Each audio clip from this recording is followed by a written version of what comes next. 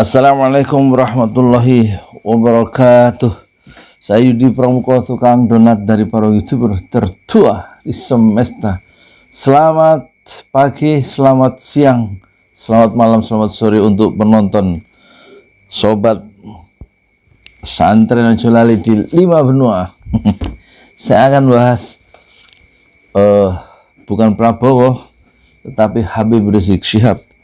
Kalau dipikir-pikir, Dr. Muhammad Rizik Syihab ini, Dr. Habib Muhammad Rizik Syihab ini berani ya orangnya ya. Saya pikir Prabowo yang berani, ternyata kalau Prabowo itu berani di pidato ya, di apa itu, di waktu kampanye itu loh. Saya akan timbul bersama rakyat, saya akan tenggelam bersama rakyat. Saya akan jemput sendiri Habib Rizik ke Mekah. Tetapi ketika ada isu-isu Islam, itu Prabowo berdiam diri ya. Itu bedanya dengan Habib Rizik Syihab. Orasinya luar biasa, keberaniannya membela Islam itu tampak nyata seterang cahaya matahari. Itulah Habib Rizik Syihab. Dan dia mempertaruhkan segalanya untuk Islam. Sementara waktu Habib Rizik tiba, itu tidak ada respon sama sekali dari Prabowo. Tidak mengunjungi, tidak mengucapkan selamat, tidak nampak dia muncul di media, ya kan? Malah orang pertama yang datang adalah Anies Baswedan. Mungkin terlalu banyak Prabowo mungkin terlalu banyak perhitungan secara politis ya, sehingga kesannya itu kemudian melakukan semacam pengkhianatan ya, intelektual dalam tanda petik terhadap Islam ya. Sementara Habib Rizik disambut oleh jutaan masa yang histeris karena bukan menantikan Habib Rizik, jutaan itu datang ke bandara dan memarkir kendaraannya di sepanjang jalan tol sepanjang 7 km dan mengeluh-elukan. Mereka bukan mengeluhkan Habib Rizik sebenarnya. Mereka bukan menyambut kedatangan Habib Rizik. Umat Islam itu umumnya yang datang itu. Dan mereka menyambut di medsos, bukan menyambut kedatangan Habib Rizik Syihab, tapi mereka jutaan orang-orang itu ya, menyambut datangnya sebuah harapan baru, di mana selama beberapa tahun terakhir aspirasi politik Islam dipinggirkan dan tidak seorang pun yang membela secara tegas, lugas, belak-belakan membela tentang kehormatan Islam, kehormatan ulama-ulama Islam, kehormatan urusan-urusan Islam yang dilecehkan di sana sini. Tak satu pun yang berani frontal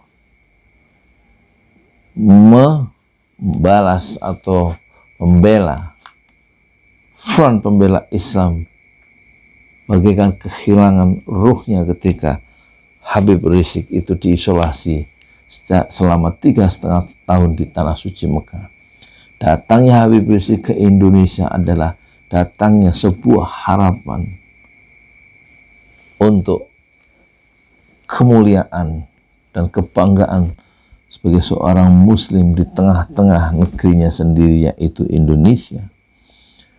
Lontaran-lontaran pikiran-pikiran yang tajam dan menghunjam kezaliman itu begitu nyata, begitu nyaring, dan hanya bisa dia ucapkan adalah seorang Habib Rizik dengan mempertaruhkan segalanya yang sebagaimana sudah terbukti dalam jejak-jejak digital di masa lalu.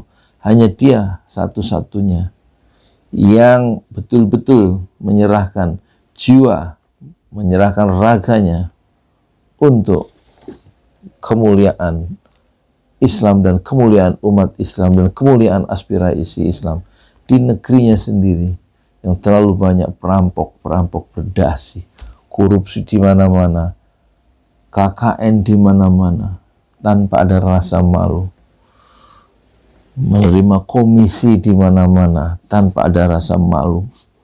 Yang penting uang masuk ke kantong sendiri dan kantong kelompoknya dengan mengorbankan kesejahteraan rakyat banyak.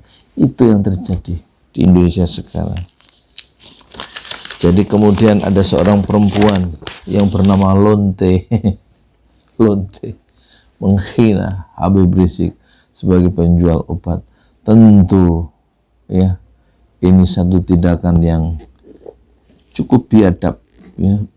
Bukannya buruk, cukup biadab, yang terlontar perkataan-perkataan yang di luar kepantasan bagi seorang yang telah mempertaruhkan dirinya sejak bertahun-tahun untuk berjuang membela Islam dari serangan. Dengan mudahnya seorang perempuan hina itu melontarkan kata-kata yang merendahkan seorang pejuang Islam. Jadi memang negeri ini negeri yang penuh dengan nilai-nilai yang terbalik-balik. Kenapa?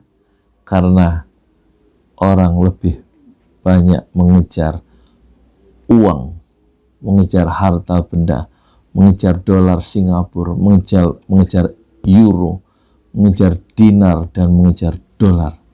Tapi pemimpin-pemimpin kita umumnya yang memegang kekuasaan lebih memuliakan jabatan daripada memuliakan nilai-nilai kejujuran, nilai keadilan, nilai kebenaran.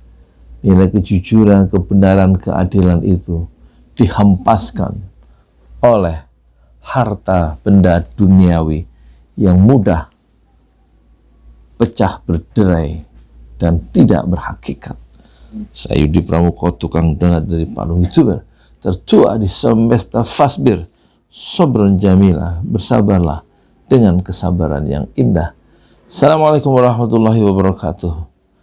Salam berpisah, selamat berpisah untuk sementara. Selamat pagi, selamat siang, selamat sore, selamat malam untuk penonton sobat Santri Ojolali di 5 benua. Assalamualaikum warahmatullahi wabarakatuh.